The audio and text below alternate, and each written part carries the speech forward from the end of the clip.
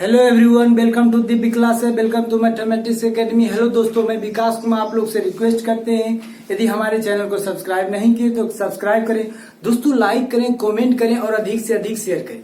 चलिए दोस्तों, तो आज हम लोग क्लास 10th के लिए, आज हम लोग क्लास 10th के लिए चैप्टर सांख्यिकी, चैप्टर सांख्यिकी जिसको इंग्लिश में बोलते हैं स्टैटिक्स। तो आज हम लोग चैप्टर सांख्यिकी जिसको इंग्लिश में बोलते हैं स्टैटिक्स पढ़ें। ध्यान दीजिएगा भाई।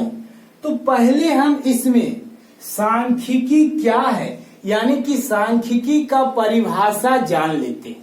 चलिए ध्यान दीजिएगा भाई, जानते हैं कि सांख्यिकी क्या है। बिल्कुल आसान परिभाषा हम आप लोग के बीच ला रहे हैं, देखते ही आप लोग को याद हो जाएगा और अच्छी प्रकार से समझ में आ जाएगा। ध्यान दीजिएगा,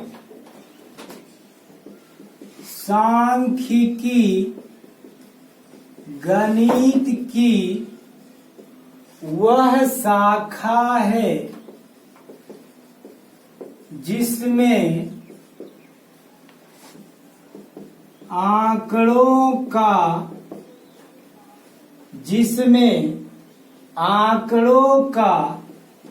संग्रह, प्रदर्शन,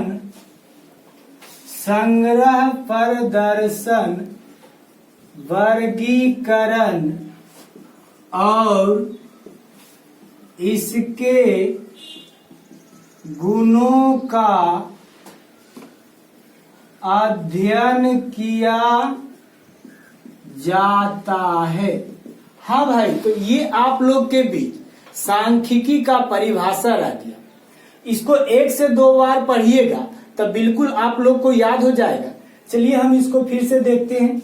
सांख्यिकी गणित की वह शाखा है जिसमें आंकड़ों, भाई आंकड़ों का मतलब नंबर या संख्या होता है, आंकड़ों का संग्रह मतलब इकट्ठा, प्रदर्शन भाई वर्गीकरण और इसके गुणों का अध्ययन किया जाता है। समझ गए भाई। चलिए आगे समझते हैं हम। अब हम इसमें समझते हैं कि सांख्यिकी का जनक कौन है। हाँ भाई, कि सांख्यिकी का जनक कौन है, सांख्यिकी का जन्मदाता कौन है, समझते हैं। ध्यान दीजिएगा भाई। तो सांख्यिकी का जनक सर रोनाल्ड एल्मर फिशर है। सांख्यिकी का जनक सर रोनाल्ड एल्मर फिशर को माना जाता है। हाँ भाई, आधुनिक युग में सांख्यिकी का जनक सर रोनाल्ड एल्मर फिशर को ही दिया गया। चलिए भाई, तो इस चैप्टर में हम लोग आगे समझते हैं। बिल्कुल ध्यान दीजिएगा। अब हम वैसा पॉइंट को बताने जा रहे हैं जो कि इस चैप्टर में ज्यादा यूज होगा और उसको जानकारी लेने के बाद आप लोगों को प्रॉब्लम यानी कि क्वेश्चन यानी कि हिसाब बनाने में कोई दिक्कत आप लोग को नहीं हो। चलिए ध्यान दीजिएगा।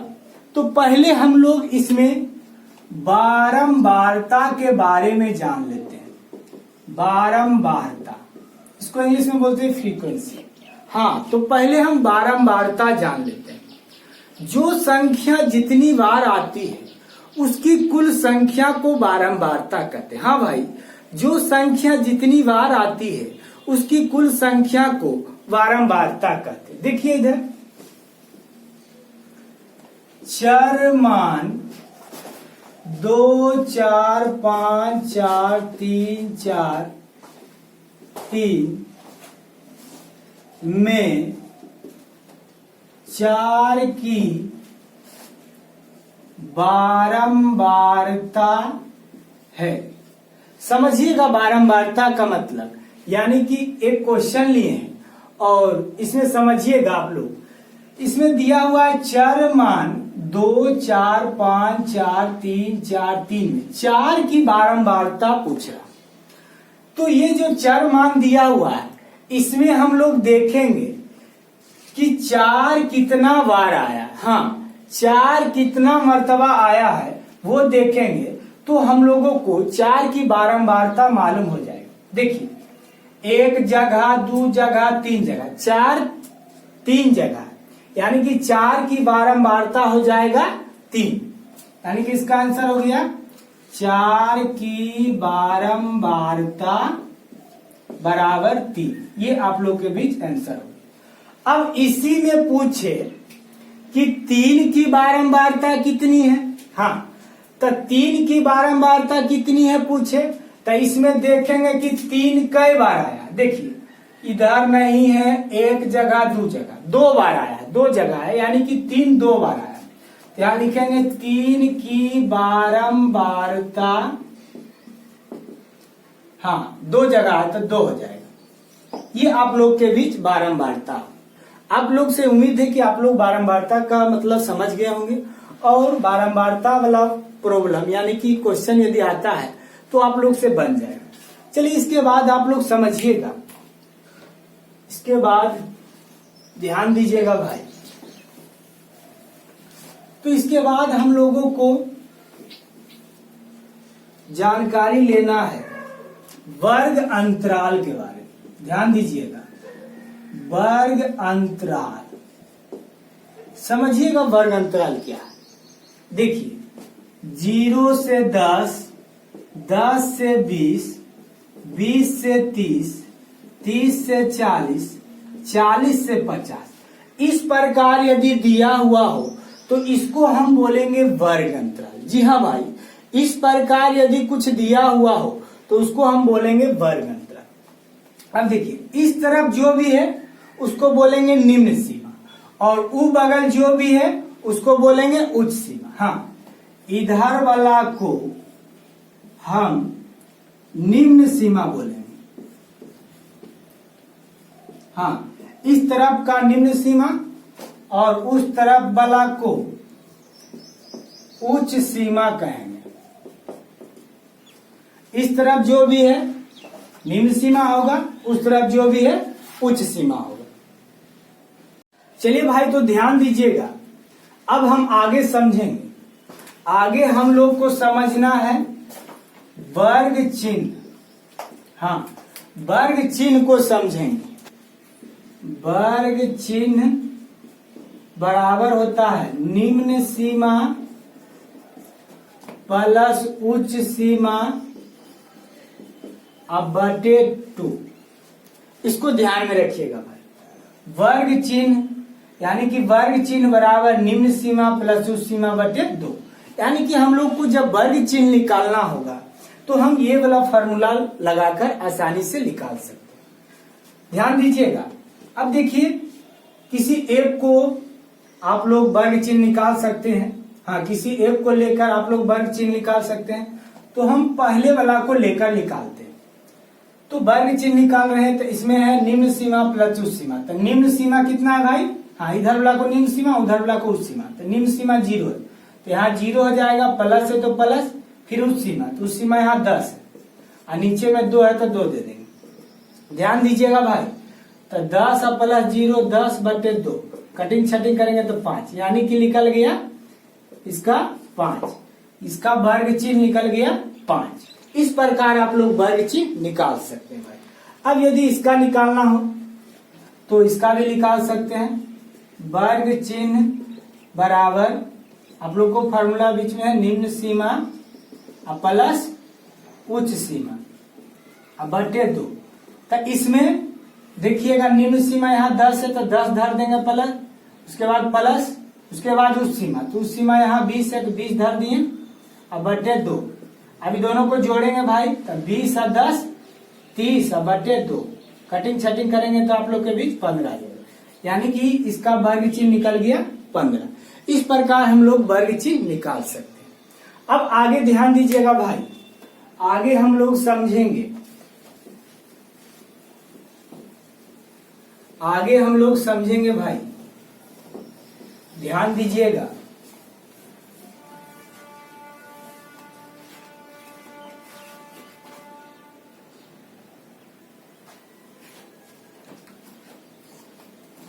चलिए तो भाई ध्यान दीजिएगा। अब हम आगे समझेंगे सांख्यिकी में। सांख्यिकी में हम लोगों को पढ़ना है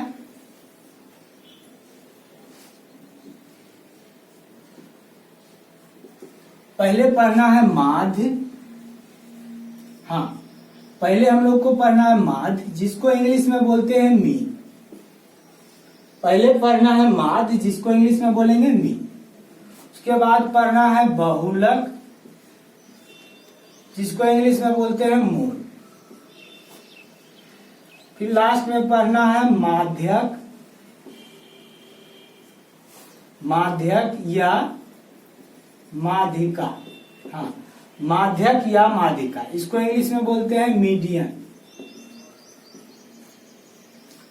तो सांख्यिकी में हम लोगों को माध्य पढ़ना है, जिसको इंग्लिश में बोलते हैं मीन। दूसरा में बहुलक पढ़ना है, जिसको इंग्लिश में बोलते हैं मोड। तीसरा में माध्यक या इसको माध्यिका भी बोलते हैं, जिसको इंग्लिश में मीडियन बोलते हैं। माध्य पहला एक्सरसाइज में पढ़ना है, बहुलक दूसरा एक्सरसाइज में, और माध्यिका या माध्यक तीसरा एक्सरसाइज में। तो चलिए पहले इसमें हम माध्य पढ़ते हैं। हाँ भाई ध्यान देंगे, तो पहले माध्य समझेंगे।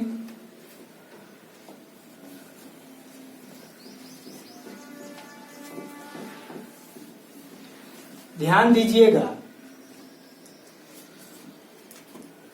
माध्य, जिसको इंग्लिश में बोलते हैं मीन। माध्य का मतलब औसत होता है जी, औसत निकालते हैं, उसी को माध्य बोलते हैं। तो इसमें हम लोगों को यानी कि टाइप 1 में पढ़ना है। यानी कि टाइप 1 में किस प्रकार प्रॉब्लम रहता है, किस प्रकार हिसाब बनाना, ध्यान दीजिएगा। इसमें आप लोग के बीच चर मान इस प्रकार रहेगा, x1, x2, x3 dot dot dot xn हो तो माध्य ज्ञात करें। इस प्रकार हो, चर मान दिया हुआ हो और कहेगा माध्य ज्ञात करें। तो इसका फॉर्मूला होता है माध्य बराबर x1 plus x2 plus x3, मतलब जितना हो सबको जोड़ लेंगे, dot dot dot plus xn और बटे n, यानी कि कुल संख्या। ये सूत्र से टाइप 1 का प्रॉब्लम यानी कि इस प्रकार का हिसाब, ये सूत्र से आप लोग आसानी से बना सकते हैं। हाँ भाई, ये सूत्र को ध्यान में रखिएगा। अब इस टाइप का हम एक सवाल लेते हैं, ध्यान दीजिएगा।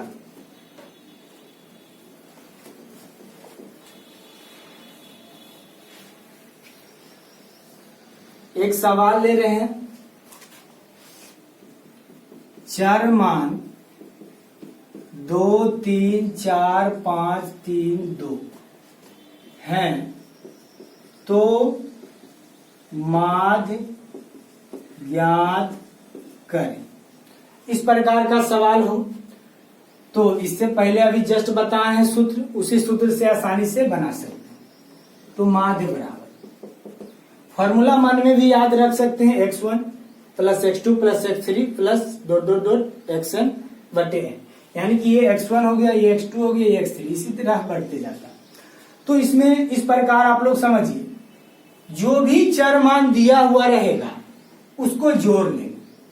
तो जो भी दिया हुआ उसको हम ऐड कर लेते हैं, यानी कि 2 प्लस 3 प्लस 4 प्लस 5 प्लस 3 और प्लस 2, अब बटे n का मतलब कुल संख्या, मतलब कितना है उसको गिने, 1 गो 2 गो 3 गो 4 गो 5 गो 6, यानी कि 6 से भाग दे देंगे।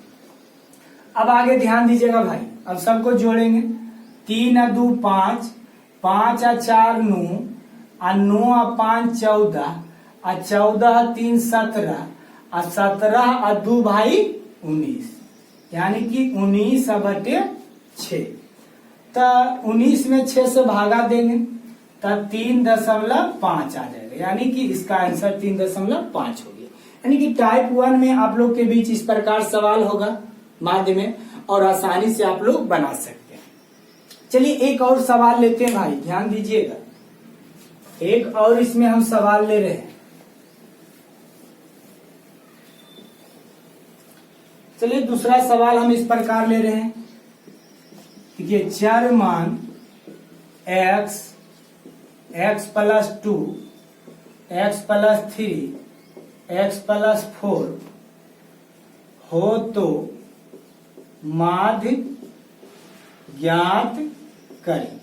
अब देखिए भाई इस प्रकार का सवाल किस प्रकार बनेगा, वही फॉर्मूला लगाएंगे, माध्य बराबर यानी कि सबको जोड़ लेना है। ये हो गया x1, ये हो गया x2, ये हो गया x3, ये हो गया x4, यानी कि अलग अलग है।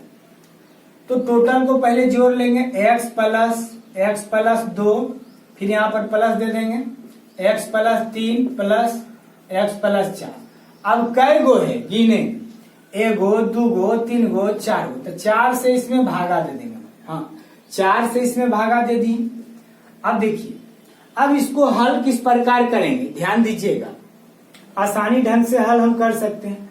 x वाला को x वाला के साथ जोड़ेंगे। हाँ भाई x वाला को x वाला के साथ हमको जोड़ना है। तो देखिए कै गो x है, एगो, दूगो, तीन गो, चार गो, तो x का x के साथ जोड़ेंगे तो हो जाएगा 4x, क्योंकि 4 गो x, 1 2 3 4 प्लस। अब अंक को अंक के साथ जोड़ेंगे, तो देखिए अंक यहाँ 2 प्लस 3 यानी कि 3 2 5, 5 4 9 हो जाएगा बटे 4। अब इससे ज्यादा हल नहीं होगा, तो इसका आंसर इतना ही हम रह सकते हैं। यानी कि इस प्रकार भी सवाल टाइप 1 में रहता है, आसानी से बना सकते हैं। चलिए नेक्स्ट सवाल एक और लेते हैं।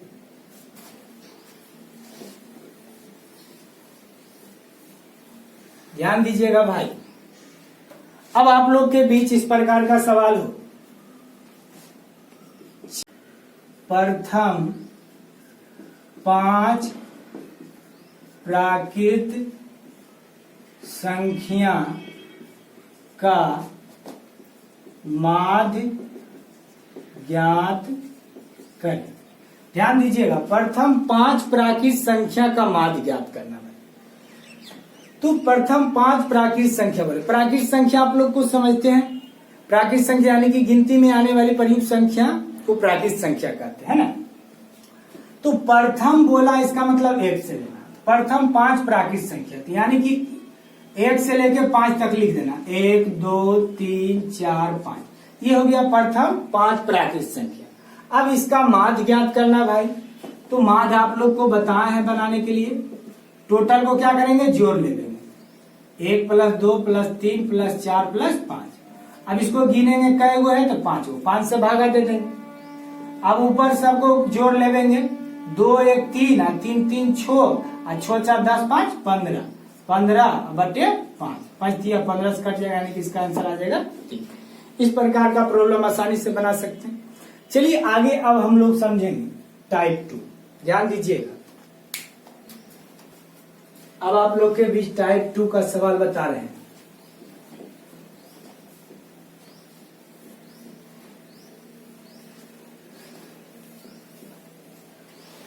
ध्यान दीजिएगा भाई,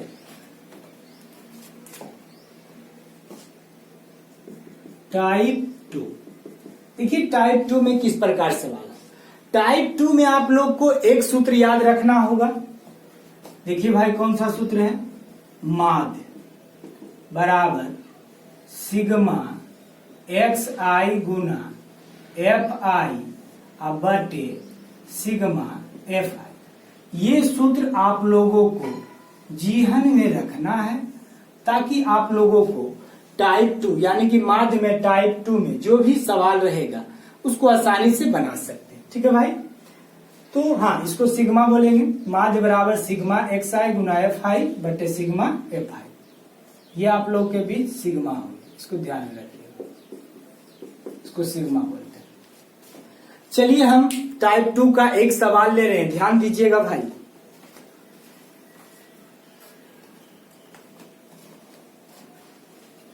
टाइप 2 में हम एक सवाल ले रहे हैं, आप लोग समझिएगा, बिल्कुल आसान है भाई, सिर्फ ध्यान से देखिएगा समझिएगा तो आप लोग को समझ में आ जाएगा और कहीं कोई दिक्कत नहीं होगा इस चैप्टर में।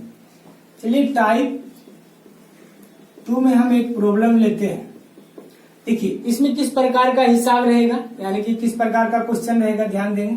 इसमें आप लोग को चर मान दिया हुआ रहेगा, चर मान दिया हुआ रहेगा और बारंबारता दिया हुआ रहेगा। आप लोग को बता दिए हैं बारंबारता के बारे में। इसमें चर मान और बारंबारता दिया हुआ रहेगा।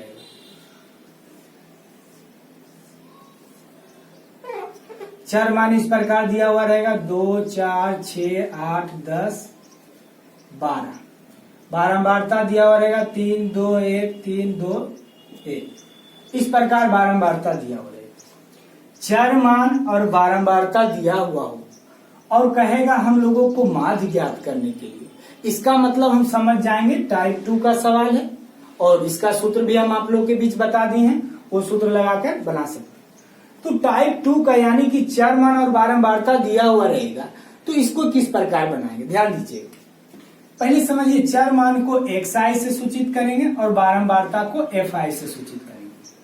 ठीक है दोस्तों, अब आगे समझिएगा। इस लाइन को हम बढ़ा देते हैं क्योंकि एक कॉलम इसमें और ज्ञात करना है माध्य ज्ञात करने के लिए, तो एक कॉलम और बनाना पड़ेगा। हाँ भाई, चर मान दिया हुआ हो और बारंबारता दिया हुआ और कहे हम लोगों को माध्य ज्ञात करने के लिए, तो समझेंगे टाइप 2 का सवाल है। तो देखिए कौन सा कॉलम निकलेगा, इसमें निकल जाएगा xi गुना fi, xi गुना fi, यानी कि ई दोनों गुना करके इसमें लिखेंगे, ये दोनों गुना करके इसमें लिखेंगे, ये दोनों गुना करके इसमें लिखेंगे। इसी प्रकार सभी को गुना करेंगे। देखिए भाई, xi गुना fi किस प्रकार निकलेगा ध्यान दीजिएगा। गुना कीजिए, 3 दूना 6 हो जाएगा, 4 दूना 8 हो जाएगा, 6 इकाई 6 हो जाएगा, 8 तिया 24 हो जाएगा, और 10 दूना 20 हो जाएगा, 12 इकाई 12 हो जाएगा। क्या xi और fi निकाल सकते हैं? हाँ भाई, आप लोग बिल्कुल समझ गए होंगे। चलिए आगे ध्यान दीजिएगा, अब क्या क्या चीज मालूम करना है। यहां से हम लोगों को मालूम कर लेना है सिग्मा fi। हाँ दोस्तों, सिग्मा fi मालूम कर लेना। सिग्मा fi का मतलब fi टोटल को जोड़कर इस डब्बा में रखेंगे, उसको सिग्मा fi बोलेंगे। जोड़िए, 3 2 5, 5 1 6, 6 3 9, 9 2 11, 1 12, यानी कि सिग्मा fi आप लोग के बीच 12 निकल गया। अब ध्यान दीजिएगा, यहां के बाद आप लोग को निकालना है सिग्मा xi गुना fi। हाँ, सिग्मा xi गुना fi निकालना है, यानी कि ये सब को जोड़कर इस डब्बा में रखना। जोड़िए, 8 6 14, 14 6 हो जाएगा आप लोग के बीच 20, 20 4 24, 24 2 26 के 6 बकिया 2, 2 2 4 1 5, 5 2 7, 76 हो गया। यानी कि सिग्मा xi गुना fi आप लोग के बीच 76 निकल गया। अब आप लोग के बीच हम माध्य का सूत्र बताए हैं, तो माध्य का सूत्र लगा सकते हैं। देखिए भाई, माध्य बराबर हम आप लोग को बताए हैं, माध्य बराबर सिग्मा xi गुना fi अब बटे सिग्मा fi।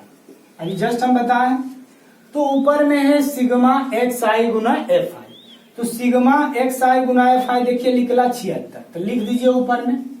और नीचे में सिग्मा fi, तो सिग्मा fi 12, तो 12 लिख दिए।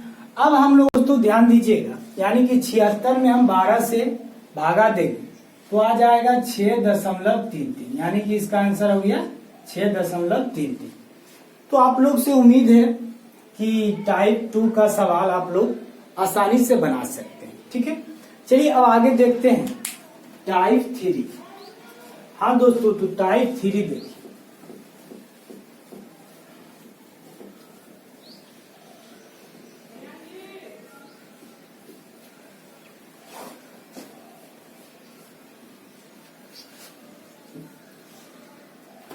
चलिए ध्यान दीजिएगा भाई।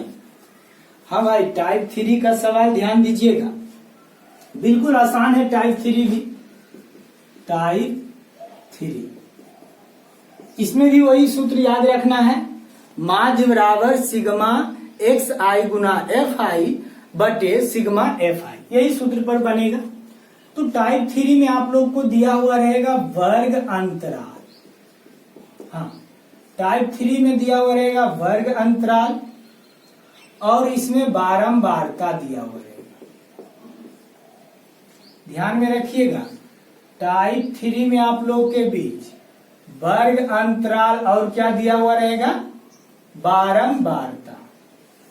हाँ भाई, टाइप 3 में वर्ग अंतराल और बारंबारता दिया हुआ रहेगा। बिल्कुल आसान है, ध्यान दीजिएगा। वर्ग अंतराल आप लोग के बीच 0 से 10, 10 से 20, 20 से 30, 30 से 40, 40 से 50, 50 से 60, इतना ही रहने देते हैं। ध्यान दीजिएगा। अब बारंबारता दिया हो 2, 3, 1, 3, 2, 4, इस प्रकार आप लोग के बीच बारंबारता दिया हो।